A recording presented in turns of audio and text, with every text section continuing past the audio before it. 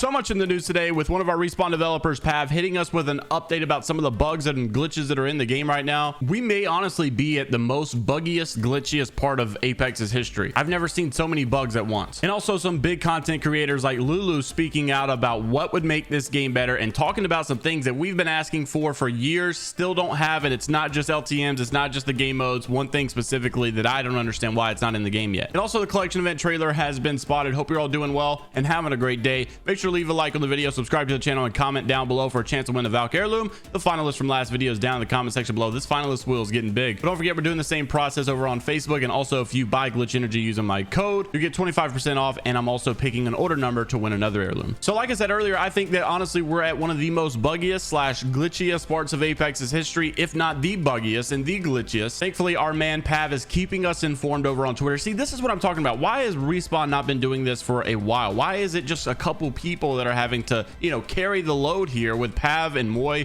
tweeting about issues that are being fixed or talking about things that people want? I feel like that transparency is huge. And even the director of comms now, who took Ryan Rigney's spot, Karen, she's not doing anything, at least on the level that Ryan was doing and on the level that Pav is currently doing. So first off, we've been talking about how long it's been taking to fix this Loba bug. Now we also know that, you know, this bracelet thing has kind of been a recurring issue in the past. We also feel like maybe it's taken way too long to be doing this. Pav let us know yesterday in a reply to someone who said, yo Pav, we love you, and your responses on Twitter, is there a fix for Loba's bracelet failing coming again? And Pav responded though and said, yes, it is a top priority, but it's been really hard to produce internally. So basically it's like whenever they're trying to test it and trying to produce this bug so they can figure out what's wrong or what's causing it, they're having a hard time actually getting the bug to work or getting the bug to happen. But he said we have made some progress and hopefully we'll have some news to share very soon. There also is another bug that's been going on, and that is if you've been buying Apex coins, especially on Xbox, I've heard you've actually been having an issue where the Apex coins are not showing up on your account. And Pav also said we're currently investigating this issue on Xbox. We'll update the Trello board when we can share some more info. You know, unfortunately this isn't as good of news of like, yo, we got an update, don't worry, it'll be in the next patch, but at least we're getting some type of a reply. It helps us to know and see exactly, engage where they're at with these bugs and the progress that they've made. I just think it's good when the community is in the know. Now, one thing we don't know where Respawn is with one of the bugs in the game, and I don't even know if this is a bug in the game or if this is like a server side issue. Maybe the servers just suck, but the no regs are absolutely insane this season. I've been seeing so many of you have been sending me clips. Here's some clips in the background you guys can see. The no regs are absolutely absurd. I saw one of these on Reddit as well. Well, here, I'll play the clip so you can actually hear him hitting the shots and just no damage coming up. Roll the clip. TP.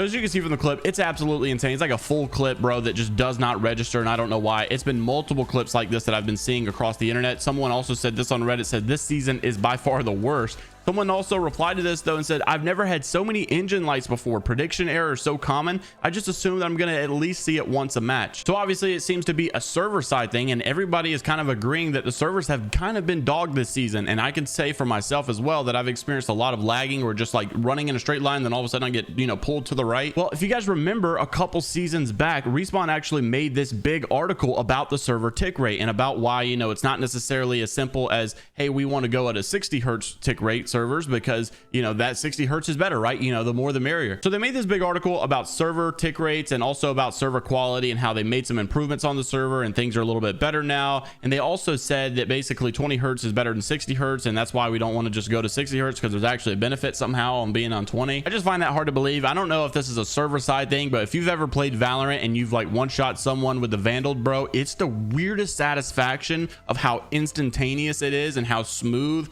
it just registers. When you're playing Apex, you don't think about it too much, but when you compare the shot registration, and not only that, in a couple of videos ago I showed you guys the clip where I took the gravity cannon and I was actually behind the guy, yet his body was turned away from me. He was shooting behind me, and yet the shots were hitting me, just because of the way the servers work, and you know how he sees me on his screen and I see him on my screen, and it's totally different for each other. So yet I'm taking damage from a guy who's not even shooting at me. He is on his screen but not on my screen. So I read this article from a few seasons ago about them and their servers, and I thought, you know, maybe they should probably revisit something like this and maybe try focusing on their servers again, because it seems like this is a pretty bad season for them. Now, there's many things that content creators, streamers, pro players always are complaining about, and I don't think they'll ever stop, honestly, but there are a couple things that I really think are pretty reasonable to already be in the game, things that probably should already be here, and yet we don't have. LuLu spotted something that we haven't actually talked about in a very long time, and honestly, the only explanation as to why I don't think it's in the game yet has to be the fact that, you know, EA just doesn't want to share their money. So LuLu said this last night. The year is 2052. Apex has well, by the way, you know, Apex probably won't be around in 2052, but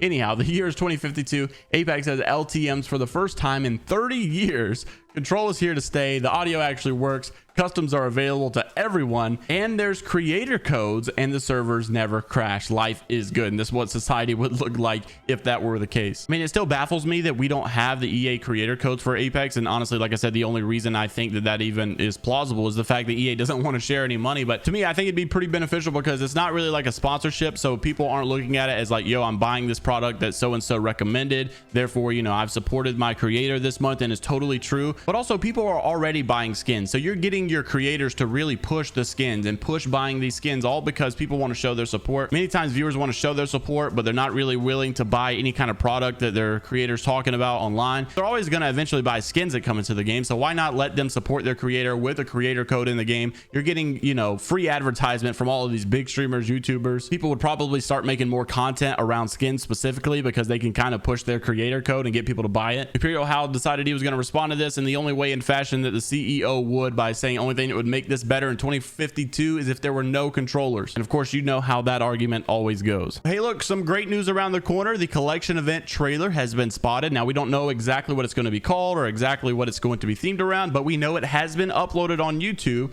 as someone who leaks decided to put this on Twitter yesterday, showing that there is a hidden video in the playlist on the Apex Legends YouTube channel for their trailers. Now, we know that only makes sense for the next trailer to be coming out would be the collection event trailer, and they did the exact same thing for the Story of the Outlands, so we knew the Story of the Outlands was coming anyways because they had that hidden video in the Story of the Outlands playlist. We also know that with this collection event, once again, we're going to be getting control mode for the third time. Now, obviously, I've stated in the past that control mode is no doubt coming to be permanent at some point. You don't see game modes just getting added 3 times in a row like that. And I told you guys from the start that their plan was probably to make it perfect before they made it permanent. Oh, that was a good saying right there. So instead of just full sending it like arenas and letting it die off, basically they want to bring it as an LTM, fix it up, get all their feedback that they need from it, make it perfect, and then once it's really done and fine-tuned, then make it permanent so that people can, you know, play a good game mode all the time. The reason behind that is you don't want to make something permanent and then let people come and have an experience and maybe something goes sour, something goes bad, the matchmaking's not as good, and then what happens is people are turned off to it, they don't want to play it anymore. But when you keep taking it away, fixing it, and then bringing it back, people are like, okay, I'll try the new one, I'll try this new one. And then whenever it's really, really good and you make it permanent, then you'll have more people most likely stay long term and play the game mode. Let me know down in the comments what feature you think control mode needs to have. Personally, I would like to customize my own classes and not pick pre-made ones. Also, I rated the Story of the Outlands 9 out of 10, so for those of you that commented 9 out of 10, that's the comments I considered. But don't forget, there's another chance for the Valkyrie Loom to be a finalist. All you gotta do is leave a like on the video, comment down below, make sure you're subscribed. I'm only picking people that are subscribed. It's Viber Die, only positivity. Ladies and gentlemen, until the next time, have a great rest of your day, take care of yourselves, and I'll see you next time. Later, Gators.